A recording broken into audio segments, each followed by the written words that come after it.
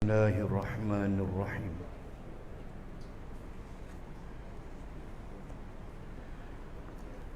Assalamualaikum warahmatullahi wabarakatuh. Alhamdulillahi rabbil alamin. Wal 'aqibatu lil muttaqin.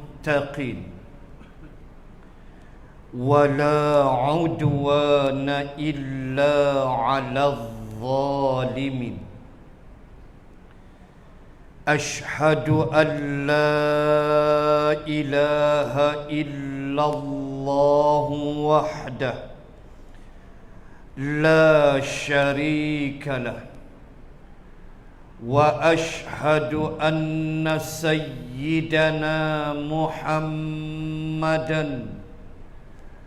abduhu wa rasuluh. Allahumma salli wa sallim ala rasulillah wa ala alihi wa sahbihi ajma'in.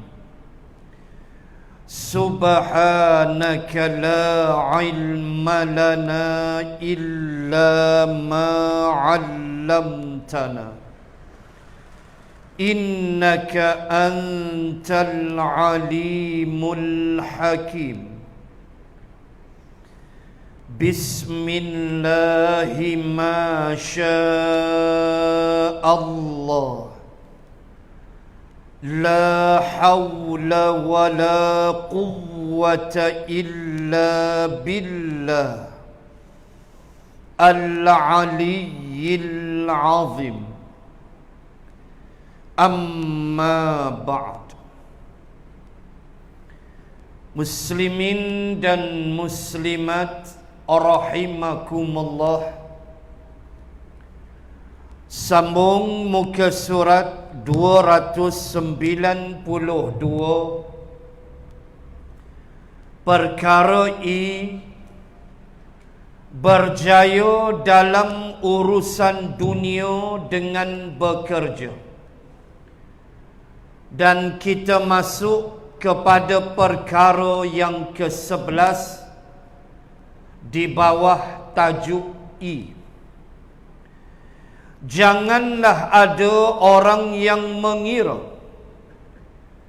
bahawa kebahagiaan dan keberuntungan itu bersangkut paut dengan amal hanya mengenai urusan akhirat semata-mata. Tidak begitu. Kita sambung perkara yang ke-11 dengan muqaddimahnya, mengajar dan memberi kefahaman kepada kita bahawa kebahagiaan dan keberuntungan itu tidak hanya dicapai dengan persoalan akhirat semata-mata. Apa yang ingin disampaikan oleh Al-Qaradawi di dalam perkara yang ke-11 ini adalah supaya kita jangan melupakan dunia dan mengimbangkan proses antara dunia dan akhirat. Kerana dunia juga membawa keberuntungan dan kebahagiaan apabila pandai kita mengendalikannya. Di dalam suatu doa yang diucapkan oleh Rasulullah sallallahu alaihi wasallam melalui riwayat yang sahih, antaranya Rasulullah mengajar kita dengan doa wa aslih li dunyaya allati fiha ma'ashi. Oh, itu Nabi aja. Hadis tu panjang, doa tu panjang. Saya ambil portion daripada dia, secebis daripada doa itu, di mana Rasulullah mengajar kita minta kepada Allah satu permintaan, wa aslih li dunyaya. Ya Allah, aslih li. Selalu dengar kalimah islah. Islah makna baiki.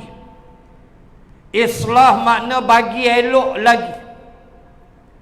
Maka minta dengan Allah, aslih li dunyaya. Minta dengan Allah, ya Allah, bagi elok dunia aku, allati fiha ma'ashi. Kerana dunia itulah, ya Allah, tempat aku mencari makan, tempat aku menumpang kehidupan, ma'ashi.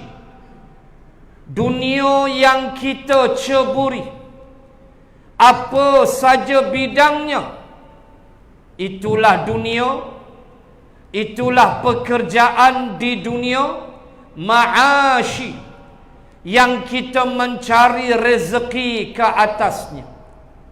Maka Nabi aja minta dengan Allah bagi islah, bagi elok dunia kita.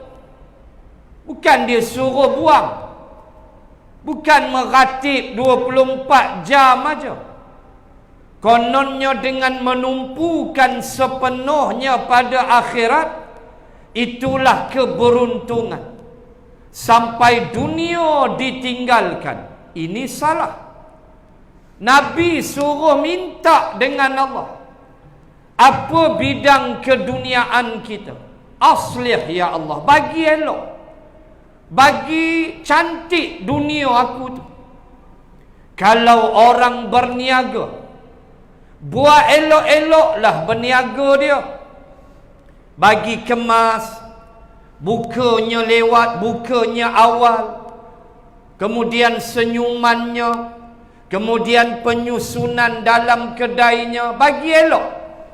Islam aja tu. Ada pula tempat nak scan barcode untuk COVID-19. Ada ruangan in and out. Ini masuk laluan, ini keluar. Ikut sungguh SOP Kementerian Kesihatan Malaysia. Dia buat sungguh. Masuk kedai dia, belah kiri ada satu sudut merokok. Tu geng nak mati awal. Kan, sudut merokok, satu sudut belakang tepi jamban duduk dia. Tuan-tuan muslimat, dia buat elok.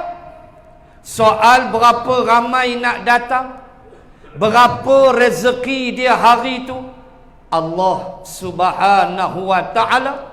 Kerana yang bagi rezeki Allah. Antara Asmaul Husna, Ar-Razzaq.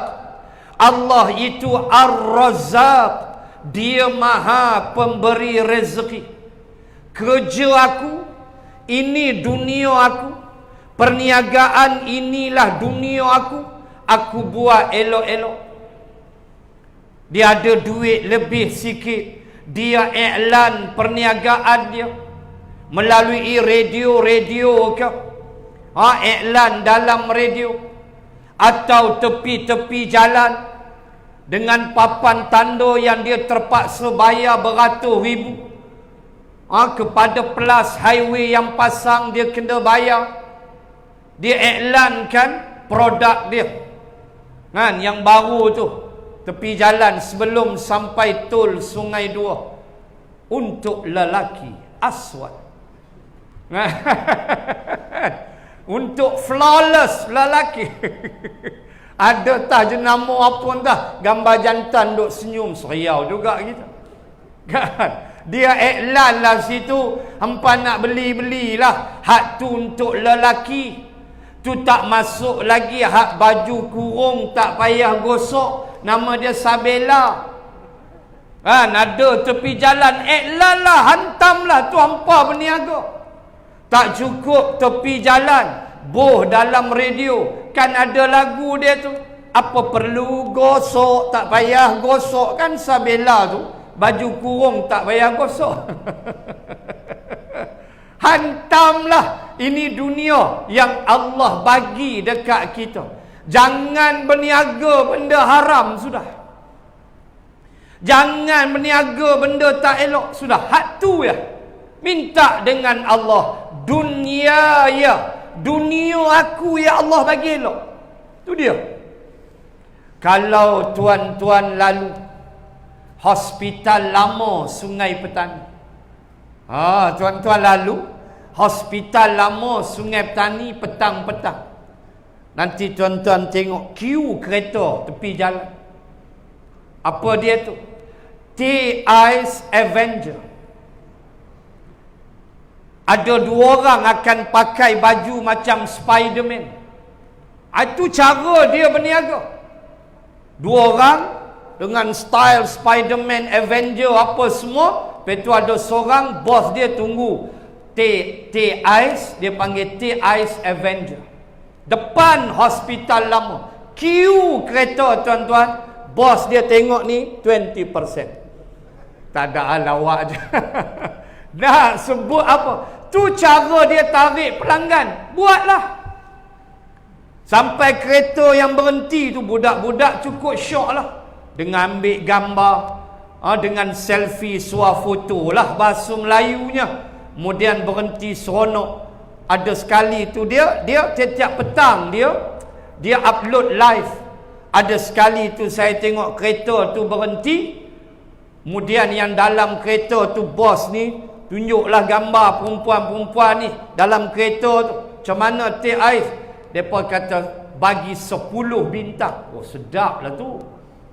Saya tak pernah minum lagi, tapi nak sebutnya itu cara dia. Sat lagi yang 2 orang pakai kostum Spiderman dengan Avenger ni, dia buat macam-macam, macam Avenger apa semua kan. Budak-budak seronok ambil gambar. Pandai dia. Depa kata sedap 10 bintang. Entahlah, saya tak rasa lagi. Tengok cara tu memang pekat sungguh. Memang nampak tu sedap lah. Nak sebutnya apa? Cara dia berniaga. Janji jangan hanjual bir arak sudah.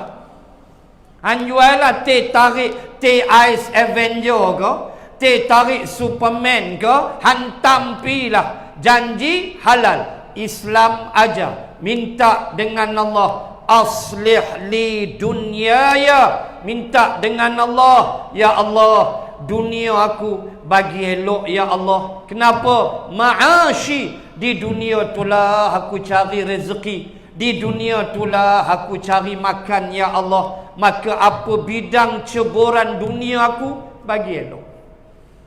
Inilah Islam. Maka dengan dia berniaga, contoh, dia dapat sedikit wang hasil, dia simpan tiap-tiap bulan ke apa, cukup setahun, dia keluar zakat simpanan dia. Maka dia menunaikan tanggungjawab dia. Dia berniaga, dia dapat untung. Di samping sedekah, dia simpan dalam bank, cukup haul setahun, cukup nisab, dia keluarkan zakat simpanan dia. Dia bagilah pada pejabat zakat, agih-agihkan. Ni yang Islam tak? Bukan pi lempar dunia duk dalam gua, wirid ambil naik runtuh bumi. Sampai naik runtuh langit, punya dahsyat kita berwirid, akhirnya dunia kita lempar ke tepi. Salah. Yang Islam bagi ingat ialah berhati-hati, jangan terperangkap dalam dunia. Itu aja.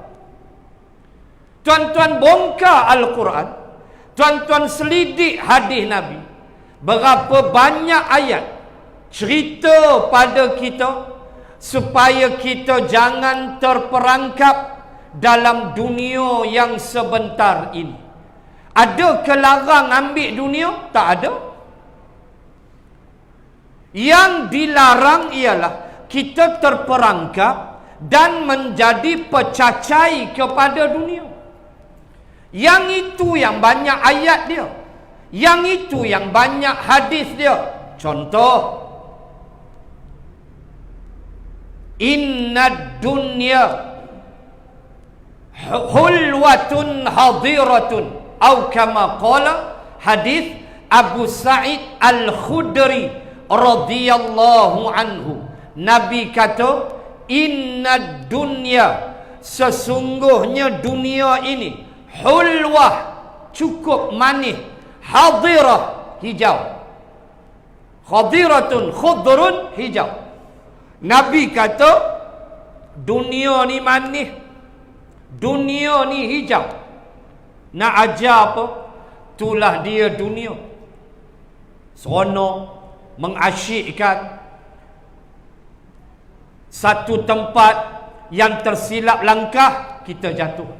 Itu dunia. Hijau, cantik, manis, kata Nabi. Bukan makna tolak, tetapi Nabi beri ingat. Tengok suratul Qasas. Wabtaghi fima atakallahu daral akhirah wala tansa nasibaka minad dunya. 77 Al-Qasas. Tengok Allah buat seimbang. Wabtaghi fima atakallahu daral akhirah. Pulunlah, bersungguh-sungguhlah kamu, kata Allah, dalam persoalan negeri akhirat. Aku minta kamu pulun sungguh. Kenapa saya kata pulun? Sebab ayat mula dengan ibtira. Wabtaghi, ibtira maknanya bersungguh-sungguh dalam mencari akhirat. Allah kata wabtaghi fima atakallahu daral akhirah. Dalam bab negeri akhirat, Allah kata ibtira, pulun. Sebab apa? Sebab akhirat tu negeri kita kekal abadi. Kita nak selamat selama-lamanya, tak ada titik. Kita nak masuk syurga, tak ada keluar-keluar dah, abadan. Maka untuk mencapai kesejahteraan itu, Allah ajar kita ibtira, tolong dalam bab akhirat, hampa pulun banyak-banyak. Pulun. Lepas tu Allah kata apa? Wala tansa nasibaka minad dunya. Di waktu yang sama, la tansa, jangan kamu lupa, nasibaka minad dunya, nasibmu di dunia. Jangan sampai tak bekerja. Jangan sampai anak bini tak makan. Jangan sampai nikmat dunia kita buang. Nikmat kenderaan, nikmat wanita berkahwin secara halal, buang, lempar sebab nak tumpu akhirat. Salah. Tak boleh. Mesti seimbang hidup kita. Sebab itu Allah ajar 201 Al-Baqarah. Allah ajar. Hak ni semua hafal. Ayat 201 Al-Baqarah. Allah ajar. Wa minhum man yaqulu rabbana atina fid dunya hasanah wa fil akhirati hasanah wa qina azaban nar. Sambung. Ulaika lahum nasibum mimma kasabu wallahu sari'ul hisab. Itulah sepi dia. Itulah prinsip dia. Kata Allah, Dan ada di antara mereka yang berdoa, wahai Tuhan kami, kurniakan kepada kami dunia ni baik. Fid dunya hasanah.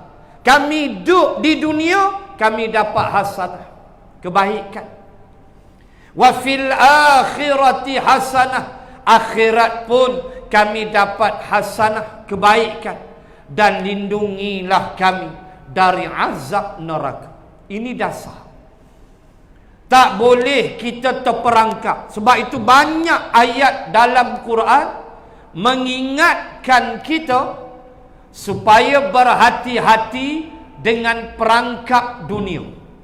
Tak ada perangkap akhirat. Mana ada ayat dalam Quran berhati-hati dengan akhirat? Tak ada. Yang ada suruh pulun. Dunia, dah. Allah kata jangan lupa habuan dunia. Walaupun doa minta dunia kita jadi baik. Baik, mana ayat? Fa idza qadaytum manasikakum fadhkurullaha kadzikrikum aba'akum aw ashadda dzikra. Faminan nasi man yaqulu rabbana atina fid dunya wa ma lahu fil akhirati min khalaq. 200 Al-Baqarah. Tengok ujung ayat. Maka ada di antara manusia yang berdoa, atina fid dunya, kurniakanlah kepada kami dunia. Lalu Allah jawab, wa ma lahu fil akhirati min khalaq. Tidak ada habuan untuk dia di negeri akhirat. Renung sekejap, fikir sekejap. Dapat dunia, akhirat tak dapat. Para sahabat tuan-tuan, kes-kes macam ni lah mereka menangis teruk. Dalam Riyadhus Salihin, pada suatu hari, Abdurrahman bin Auf, anak dia Muhammad, dan beberapa orang lagi sahabat duduk-duduk dalam Masjidin Nabawi sambil menunggu waktu berbuka puasa. Biasalah, kita banyak kali iftar di Madinah, banyak kali iftar di Makkah. Allahu Akbar. Speechless. Nikmat yang tak mampu kita nak sebut. Seronoknya. Waktu saya belum lagi umrah dan haji, saya pernah bertanya. Waktu tu umrah pun tak lagi, haji pun tak lagi. Umur pun baru 20 lebih waktu tu. Saya pernah tanya arwah Pak Yazid. Bila saya balik Kuala Lumpur, saya jumpa arwah Pak Yazid di rumah dia di Kampung Baru, sebelah Masjid Kampung Baru.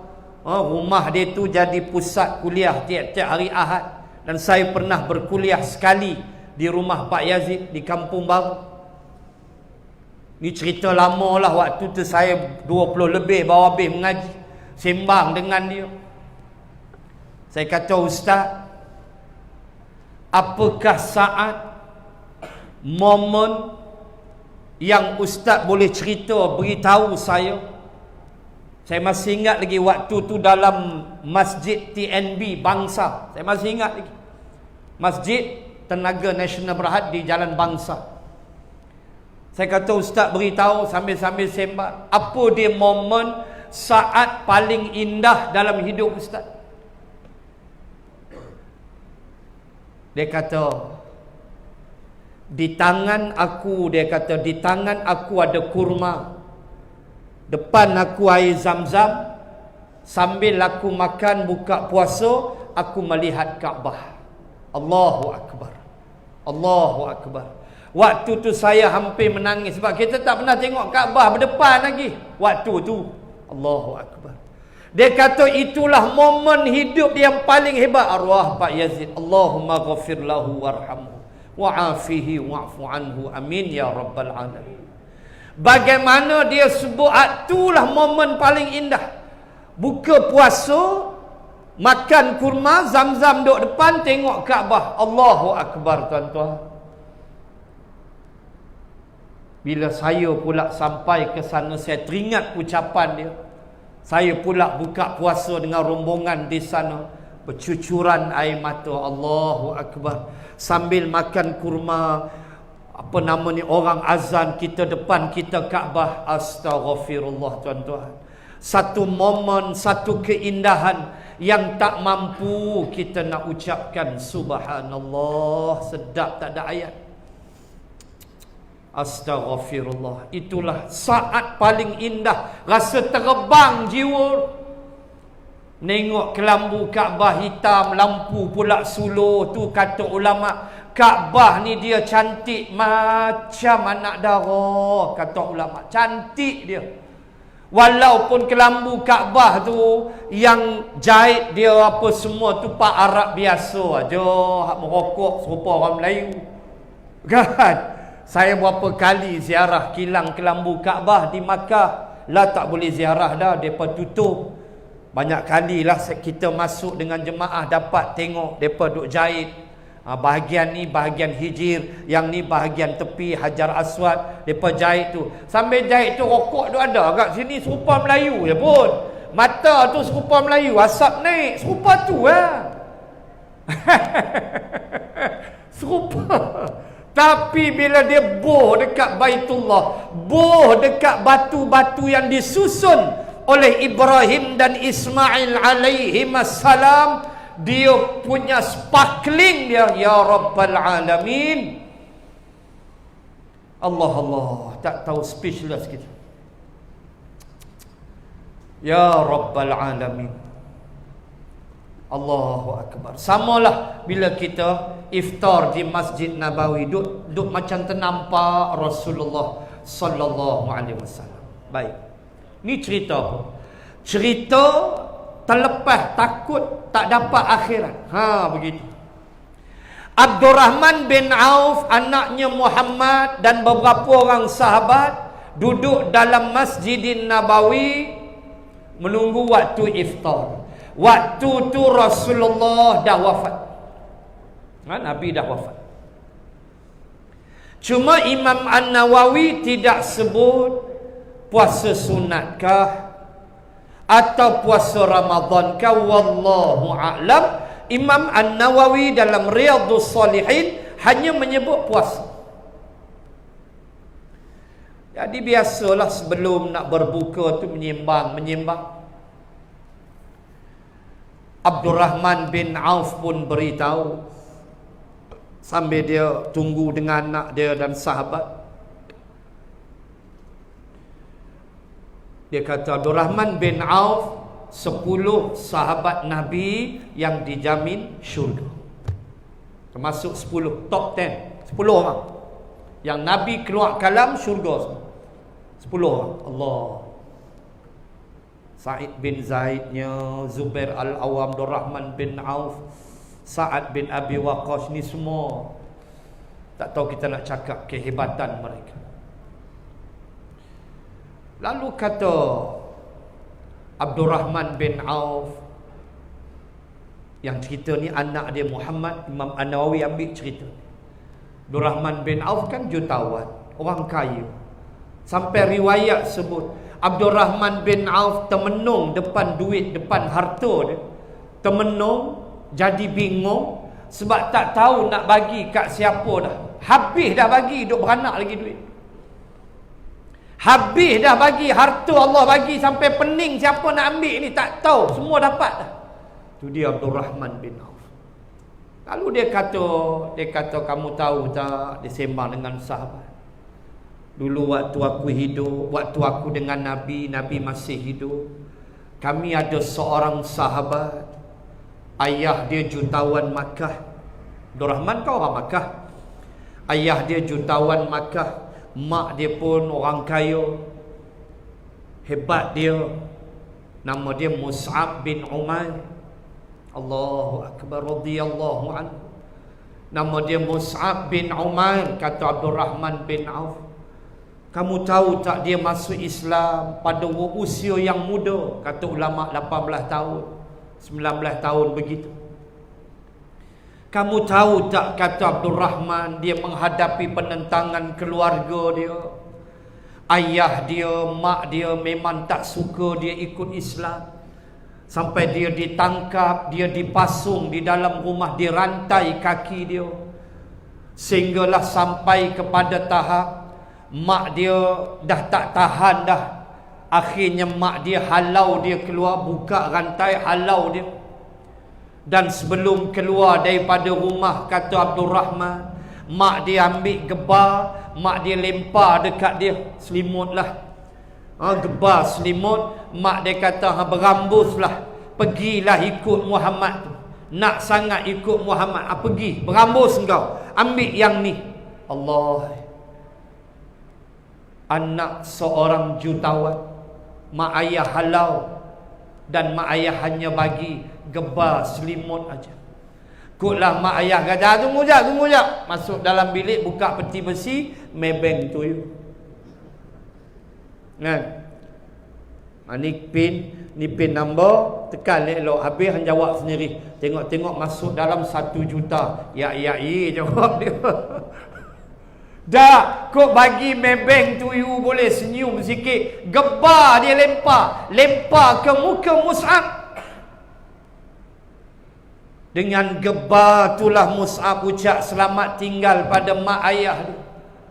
Dengan gebar itulah, dengan selimut itulah dia ke mana saja bersama Rasulullah. Sehinggalah kata Abdul Rahman bin Auf, ketika terjadi peperangan Uhud, kami mendapati di antara yang mati syahid ialah Mus'ab bin Umar. Sehingga ulama membahaskan tangisan Nabi yang agak kuat. Pertama, ketika Nabi melihat pakciknya Hamzah, ammi Rasulullah, pakcik Nabi Hamzah, begitu keadaan dia, ditombak oleh Wahsy. Sedih Nabi. Dan Nabi menangis agak kuat ketika melihat Mus'ab bin Umar, anak orang kaya yang ketika dia syahid dalam peperangan Uhud, dia adalah pemegang panji Muhajirin dalam perang Uhud. Pemegang panji Ansar ialah Sa'ad bin Mu'adz. Pemegang panji Muhajirin ialah Mus'ab bin Umar. Ketika dia terlentang mati syahid, Nabi ni menangis sampai bergoyang bahu. Kata ulama, itu antara tangisan Nabi yang agak kuat di samping Sayyidina Hamzah. Sedih sebab anak orang kaya. Nabi kata anak orang kaya sehingga tidak ada kain untuk menutup jasadnya. Itu yang Nabi menangis. Dia korbankan diri dia untuk agama Allah. Dia tinggalkan kemewahan, dia tinggalkan ayahnya yang jutawan. Dia tak peduli, dia tumpu kepada akhirat. Lalu Nabi kata ambil gebar dia. Sehingga riwayat menyebut kudanya pun merasa macam sedih kuda dia. Ambil gebar kat kuda dia, tutup muka dia, kaki dia terbuka. Oh, menangis Nabi. Gebar rupa pendek. Tu dia sahabat. Kita tidur di rumah musim hujan lah. Tomorrow begin tonight, download pillow. Tagline dia tu. Suara pula garau. Tomorrow begin tonight. Dalam TV, dalam radio punya iklan kan. Selimut kita tu, tarik bagus kaki tu, ada lebih 12 kaki lagi bawah. Tu selimut kita.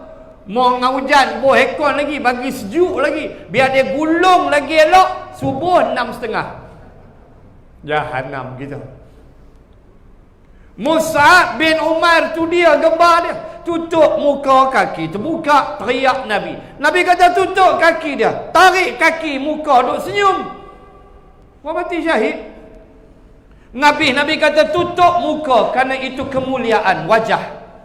Tutup muka, itu wajah. Maka ditutup muka, kaki terbuka. Nabi kata pergi ambil rumput, cari rumput dekat kawasan Uhud. Sahabat cabut-cabut, tutup kaki dia.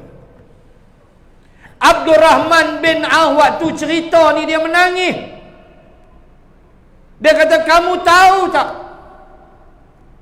Mus'ab bin Umar mati syahid bertemu Allah dalam keadaan gebar yang pendek. Harta tidak ada, tetapi aku, Abdul Rahman bin Auf, dikurnia Allah harta yang bertimbun-timbun. Apakah nasibku di akhirat? Aku pun tidak tahu. Lalu kata Muhammad, anaknya Abdul Rahman bangun, meninggalkan hidangan, meninggalkan jamuan berbuka puasa sambil menangis. Abdul Rahman lari, hilang entah ke mana, kata anaknya Muhammad. Punya memikirkan habuan aku di akhirat ada ke tak ada ni. Dunia tu dia punya kaya. Tuan-tuan tak pernah fikirkah benda ni? Di dunia dengan kenderaan mewah kita, hampir habis kita hon. Pantang lambat lepas sikit, flashing lalu. Kadang-kadang hak bawa kereta ni pun satu tu mula aku nak naik gram. Kita jenis nak cepat, dia boleh main handphone lane kanan, dia relax. Kita flashing 60 kali lah, kita nak cepat. Saya paling jauh kuliah duha saya, tuan-tuan. Kuliah duha 9.30 pagi, Slim River. Lepas subuh saya tolak dah. 6.30 saya bertolak daripada Sungai Petani, Slim River, melayan orang Slim River. Semoga ada pahala di sisi Allah. Nak ikut badan letih, memang saya tak mau pi. Hampir setahun dah.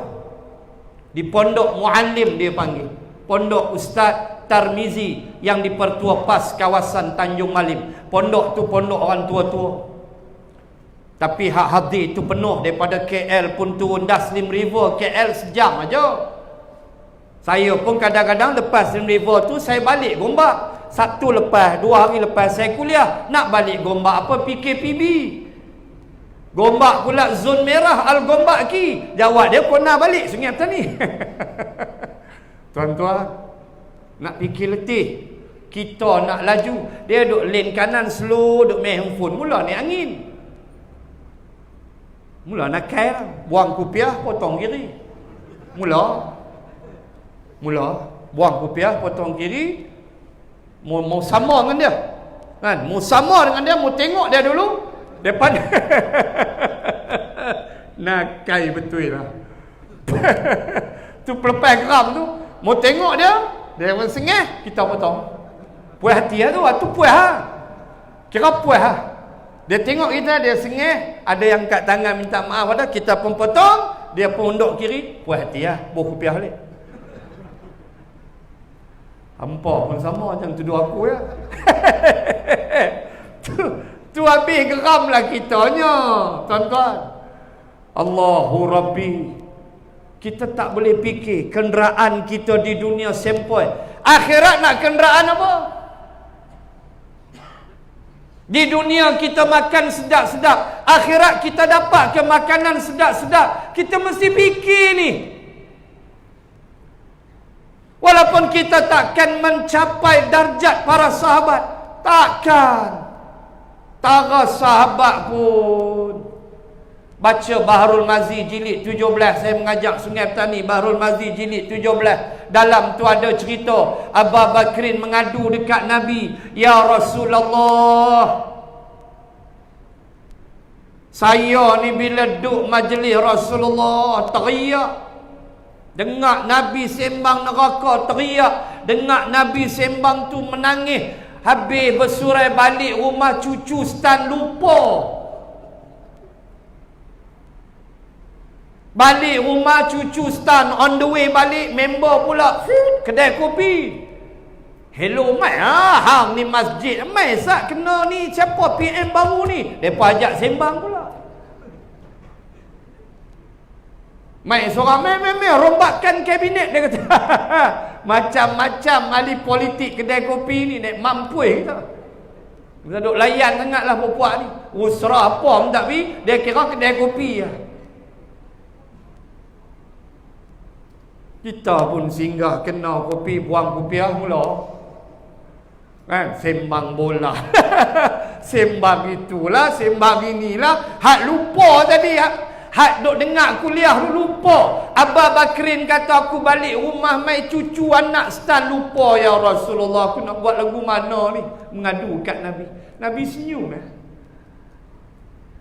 Nabi kata kalau hang boleh 24 jam lagu tu teriak duk teringat neraka, teriak 24 jam. Nabi kata malaikat turun salam dengan hang. Malaikat shake hand. Nabi nak ajak apa?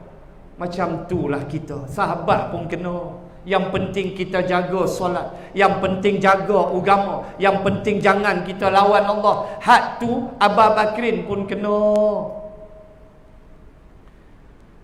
Itu biasa.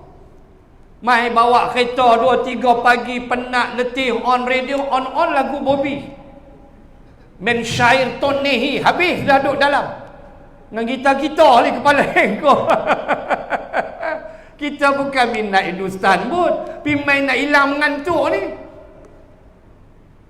Yang penting hang jaga semayang, hang jaga perjuangan, hang jaga duit harta hang untuk agama Allah. Itu paling penting. Soal sekali-sekala kita kadang-kadang bukan marah.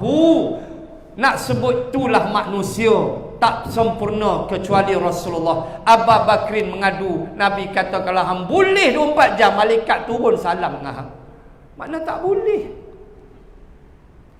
Tu dia duduk. Maka sebab itu kita kena fikir, hai aku ni boleh ke selesa ke nanti di akhirat? Dunia dapat, akhirat aku macam mana? Abdul Rahman bin Auf menangis, lari tinggalkan majlis kerana memikirkan bagaimana nasib dia, sedangkan dia dah dijamin syurga oleh Rasulullah.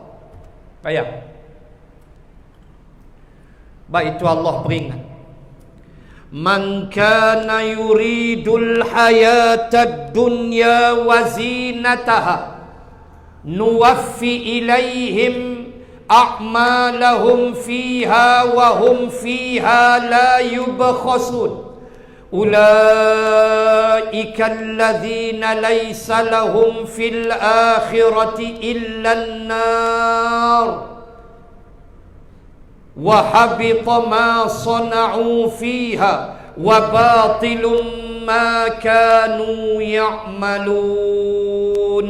Ayat 15, ayat 16 surah Hud alaihi salam. Tengok Allah aja. Tengok Allah peringatkan kita. Ayat 15 surah Hud.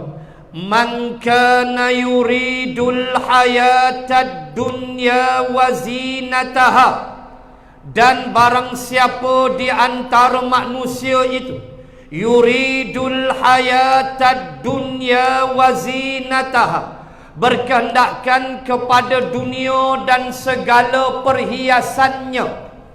Kalau tuan-tuan buka tafsir pimpinan Ar-Rahman, bermakna diambil dunia tanpa neraca Al-Quran. Maksudnya diambil dunia tanpa dia peduli apa Quran Allah Rasul nak kata. Dia tak peduli dah. Itu maksud ayat. Halal ke haram bedai dulu. Tu yang boleh tengok SPRM cekup tu, jenis tu. Sampai lompat pagar lari pun. Makau scam kepala jadah semua ni. Perangai huduh, tipu orang, kebal duit orang, lepas tu cuci duit bunyi pun. Buat macam-macam. Allahu Akbar. Tak larat, tak menang tangan SPRM. Muslimin, muslimat. Allah sebut, siapa di antara kamu yuridul hayatad dunya wa zinata. Saya baca ayat 15 dulu. Surah Hud. Siapa yang berkehendakkan dunia dan perhiasan dia. Tafsir pimpinan Ar-Rahman kata, dia ambil dunia, dia tak peduli halal haram. Senang cerita. Dia tidak menjadikan Quran sebagai neraca waktu diambil dunia dan perhiasan. Baik. Apa kata Allah? Nuwaffi ilaihim. Kami cukupkan untuk dia. Dia tak sangat dunia, kami cukupkan. Nuwaffi ilaihim. Kami cukupkan fiha. Untuk dunia itu. Wahum fiha. Untuk dia, kami cukupkan. Itu yang mereka nak.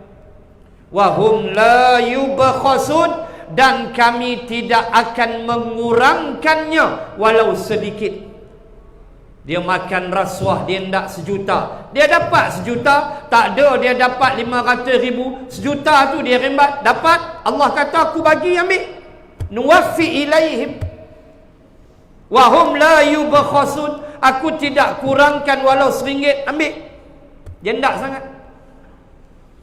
Ya Allah, ya Tuhan. Tapi tengok ayat 16. Ulaikal ladzina laisa lahum fil akhirati illan nar. Ini yang kita takut. Ulaik, mereka-mereka ini laisa lahum fil akhirah. Untuk mereka di negeri akhirat laisa.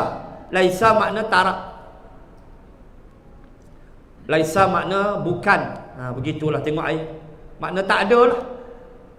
Ulaika lahum laisa fil akhirah. Tak adalah bahagian untuk mereka di akhirat illan nar, kecuali neraka.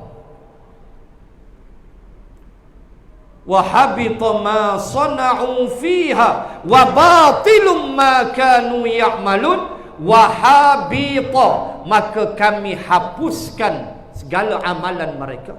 Wa batilum ma kanu ya'malun, dan apa yang mereka buat sia-sia belaka, mereka dihumban ke dalam neraka. Ingat 15, 16 surah Hud, akan ada manusia yang dia pulun dunia, dia nak dunia, dia tak peduli. Dia termasuk dalam hadis yang Nabi sebut, min ainak tasabahu, dia tidak peduli daripada mana dia dapat harta dia, halal ke haram ke, dia tak peduli dah. Min ainak tasabahu, dia tak peduli dah mana dia dapat. Oh, bahaya. Kerja pun kerja, nombor ekor pun tikam, janji duit. Kerja rasuah makan, janji duit. Dia tak peduli. Maka orang-orang seperti ini aku cukupkan untuk dia dunia dan segala isi. Tu yang kereta mewah beratus-ratus, kereta mewah berpuluh-puluh disita oleh SPRM, akaun dibekukan. Sampai ingat bank negara bodoh. Setiap akaun kita monitor by bank negara, tuan-tuan. Dia tengok pelik masuk sejuta, siap. Tengok, dia ni dulu jual goreng pisang. Maaf sebut. Bukan nak hina pun. Dia ni dulu kena buang kerja jual goreng pisang, main sejuta mana? Siap, SPRM. Dia panggil awal. Kutip di rumah. Tanya-tanya, boleh lalu jual goreng pisang, lepas tu boleh sejuta masuk dalam akaun. Ni apa cerita? Bank negara dia akan monitor kita punya akaun. Depa je boleh pegang, boleh tahu rahsia akaun kita. Kena reti elok. Jangan duk buat cari pasal. Current ke, saving ke, depa memang. Sebab tu orang berniaga digalakkan buka current, tak boleh buka saving. Sebab current tu in out duit dia. So dia berniaga tak ada masalah, bank negara tahu. Ni saving startkan 2 bulan masuk 50,000 saving. Amal 3 bulan kan keluar pula 20,000. Bulan nombor 5 masuk pula 60,000. Jawab dia masuk jail, jawab dia. Confirm dah duit mana hang kebah. Jangan bank negara dia monitor. Nak sebut, kau nak semua tu, aku bagi, ambil. Nak kereta mewah, nak hidup senang. Oh, rasa susah, orang lain senang bang, kita susah. Laki pun hantam benda-benda haram, ambil, aku bagi. Nuwaffa ilaihim walahum yubkhasun, aku tak pernah kurangkan, ambil. Tapi laisa fil akhirah illan nar. Apa yang dia dapat di akhirat kecuali neraka. Apa hidup lagu tu? Lama mana nak hidup di dunia? Allahu Rabbi, tuan-tuan. Lama-lama kita akan mati. Kita akan meninggalkan dunia ini. Kawan-kawan kita pergi dah. Di sebelah kiri kita kawan-kawan kita yang sudah bertemu malaikat munkar wa nakir. Apa giliran kita tak sampai? Kita akan sampai menyusul mereka. Maka apakah kita mau bahagia di sini, akhirat merana? Fikir. Maka sebab tu Qaradawi sebut ambil dunia, tetapi jaga batasan-batasan dia. Jangan terlanggar sempadan dia, menyebabkan kita punah dan hancur, dimurkai Allah. Apatah lagi apa yang Nabi kata, yabi'u dinahu bi'aradim minad dunya. Dalam hadis Muslim, antara golongan yang hancur ialah mereka-mereka yang menjual agamanya untuk mendapat sedikit keuntungan dunia. Yabi'u dinahu, dia menjual agama. Dia menyembunyikan kebenaran. Dia tidak menyatakan yang benar untuk dia dapat sedikit habuan dunia. Orang ni lingkup. Sebab itu kita ulang balik, ambillah dunia. Mampu tuan-tuan berkereta, belilah secara pinjaman Islam, secara halal. Jangan ambil riba, kerana riba Allah Ta'ala sebut, fa illam taf'alu fa'dhanu biharbin minallahi wa rasulihi wa in tubtum falakum ru'usu amwalikum la tazlimuna wa la tuzlamun. Ayat berapa? 280 Al-Baqarah. Allah kata kalau kamu tak mau berhenti makan riba, setelah kamu tahu riba tu haram, lepas tu kamu tak nak berhenti, aku nak isytihar, kata Allah, fa'dhanu biharbim minallahi wa rasulih, bahawa sesungguhnya kamu telah mengisytiharkan perang dengan Allah dan Rasul. Sehingga ulama kata dosa paling dahsyat dalam Quran ialah dosa makan riba. Sampai Allah kata, selain syirik, sampai Allah kata kamu perang dengan Allah Rasul. Harbim minallahi wa rasulih. Hai ya Allah, perang dengan Allah, perang dengan Rasul. Bila makan riba. Maka jaga benda-benda. Ambil dunia cara mampu kita, ukur baju di badan sendiri. Ambil cara halal. Biar kita hidup ni, kita tahu kehidupan ni kita tak boleh tolak. Dunia ni kita mesti ambil, tetapi kita mesti ingat ada batasan, kita tak boleh langgar. Ada halal haram yang Islam menentukan garis panduannya. Maka kita jaga, nanti dunia hasanah, akhirat pun hasanah. Itu yang kita hendak, dua-dua kita dapat. Jangan kita dapat satu sahaja, akhirat terlepas. Dunia kenyang, akhirat kita mati. Na'udzubillahi min zalik. Baik, tak dan nak sambung semua. Habis takat tu, nanti kita sambung undang-undang Tuhan mengenai pembalasan.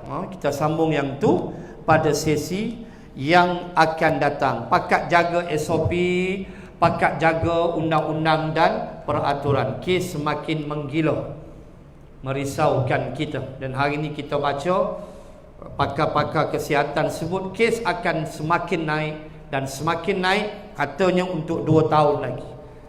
Itu kita baca dalam surat khabar hari. Itu kajian mereka. Sementara nak tunggu vaksin dan sebagainya. So dia mudah.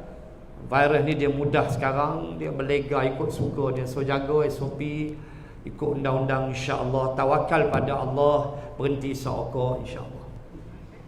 Baik, itu yang paling kuat sekali. Dia tarik dengan benda tu masuk sekali.